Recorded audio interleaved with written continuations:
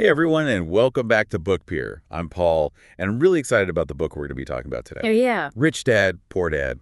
Yeah, it's been on my list forever. It's a classic. Yeah, and I finally got around to reading it. It's one of those books that everybody should read. For sure, and for those who haven't heard of it, Yeah. the main idea is that financial literacy is the key to building wealth, not just hard work. Right. Like knowing how money works is more important than just working a job. Yeah, It's exactly. about understanding how to make money work for you.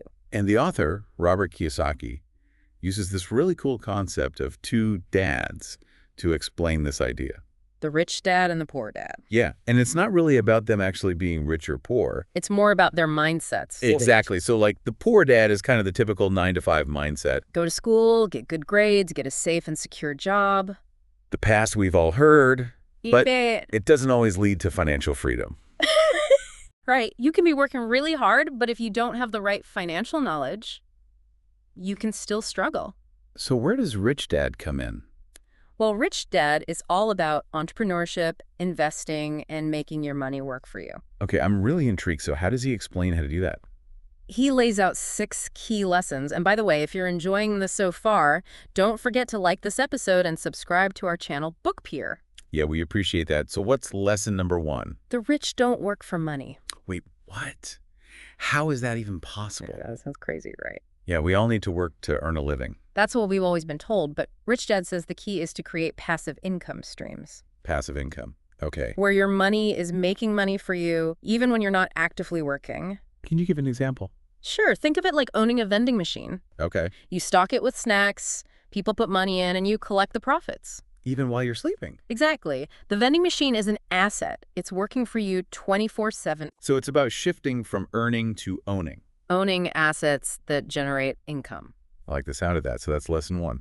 Lesson 2 is all about why financial education is crucial. Okay, tell me more.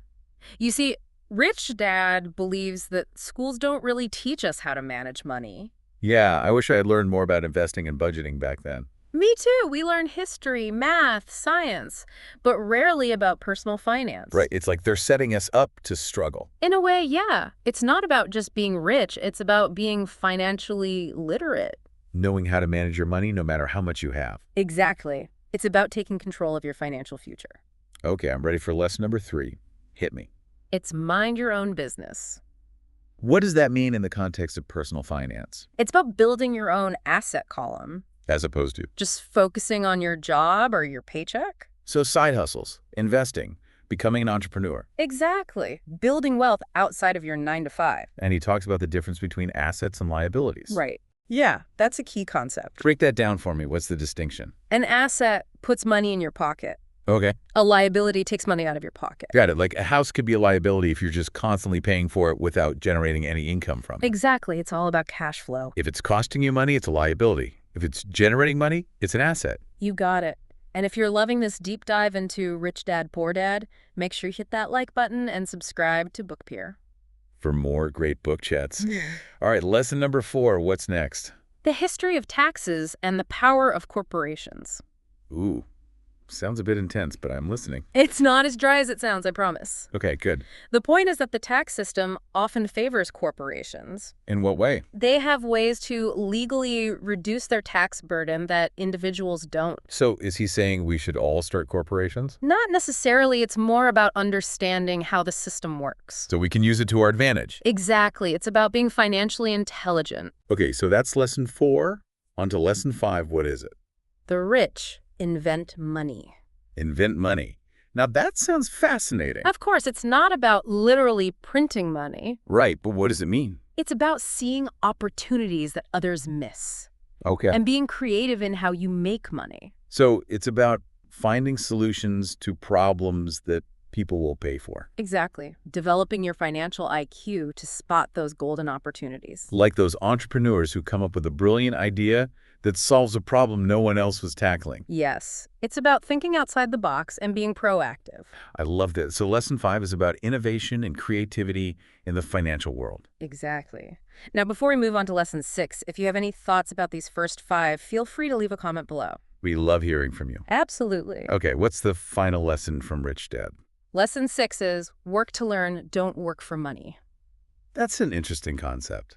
especially for young people starting out. So don't just chase the biggest paycheck right away. What should we be focusing on? Focus on learning valuable skills that you can use later on. So instead of taking a job just for the money, think about what skills I can gain that will benefit me in the long run. Exactly. Like sales, communication, management skills. Those are all great examples. It's like investing in yourself. Precisely, building up your personal toolkit. I really like that analogy. If you're feeling inspired to level up your skills, drop a comment below and tell us what skill you're thinking of learning. Great idea. And folks, if you're enjoying this breakdown of Rich Dad, Poor Dad, be sure to hit that like button and subscribe to Book Peer for more insightful book discussions. These 6 lessons are fantastic. But I'm sure there are some challenges in putting them into action. You're absolutely right. There are definitely some obstacles that can get in our way. And that's exactly what we'll be diving into in part 2 of our Rich Dad, Poor Dad discussion. Welcome back to Book Peer, everyone. We're jumping into part 2 of our Rich Dad, Poor Dad exploration. And last time, we went through those 6 awesome lessons from Rich Dad. It was really cool to break those down. It was, but now I'm thinking about the real world. Yeah. Like it can't be all sunshine and rainbows, right? Totally. What are some things that might hold us back? You're right. It's not always easy. Life happens, and our own minds can sometimes sabotage us. Oh, yeah, I've been there. Well, Rich Dad, Poor Dad actually talks about 5 main obstacles. Okay, let's hear them. First up, fear. Fear. Okay. Yeah, it can totally paralyze us. Like fear of making the wrong investment. Exactly. Or fear of failure, fear of losing money. Rich Dad emphasizes that we need to understand that calculated risks are part of the game. So it's not about being reckless, but about learning to manage risk. Right. Becoming financially intelligent means knowing how to assess and manage risk.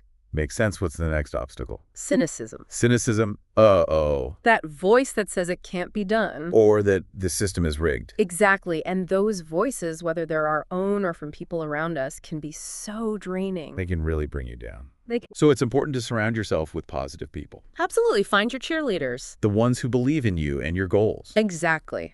People who lift you up. Okay, what's next? Laziness. Laziness. Ugh. And it's not just about being physically lazy, but mentally lazy with your money. Like not wanting to create a budget. Yeah, or not researching investments, just hoping things will magically work out. Been there, done that. Rich Dad says we have to be proactive, engaged, and willing to put in the work. I can see how that's crucial for long-term financial success. It is. It's about making those conscious choices. All right, next obstacle. What is it? Bad habits. Bad habits, like what? Like overspending, not saving, letting debt pile up. It's so easy to fall into those traps, especially with credit cards. It is, but Rich Dad emphasizes good financial habits. Like creating a budget and making saving a priority. Exactly. And you can start small, but just start. Yeah, it's about being mindful of where our money goes. Right, making sure it's working for us, not against us. Okay, I'm ready for the final hurdle. The last one is arrogance. Arrogance. Okay, how does that relate to finances? It's that thinking, you know it all mentality. Closing yourself off to new information. Exactly. I've met some people like that. Right. It can be a trap. Thinking they have all the answers. But the financial world is always changing, right? Absolutely. Rich Dad says to always stay curious. Keep learning and growing. Exactly.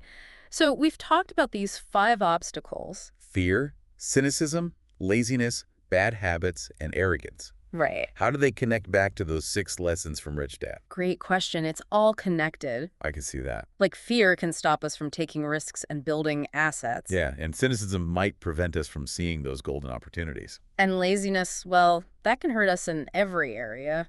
It's starting to make a lot of sense. Good. So we've explored the lessons, the obstacles. Right. Now, what are some key takeaways from Rich Dad, Poor Dad? Going back to those lessons, there are some practical things we can all start doing. And hey, if you're finding this helpful, don't forget to like this episode.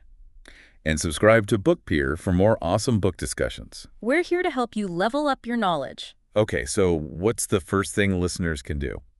Make learning about personal finance a habit. Keep learning, keep growing. Exactly. The more you know, the better decisions you can make. What else? Analyze your spending, take a close look at where your money is going. I know, it can be a little scary, but it's important. It is. Once you see the patterns, you can make better choices. Like if you see you're spending too much on takeout, you can cook more at home and save or invest that money. Exactly. Small changes add up over time. Like what's another action step?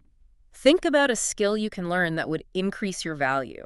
Like learning to code or a new language. Yes, or becoming an expert in your field. It's about investing in yourself, Exactly. making yourself more valuable.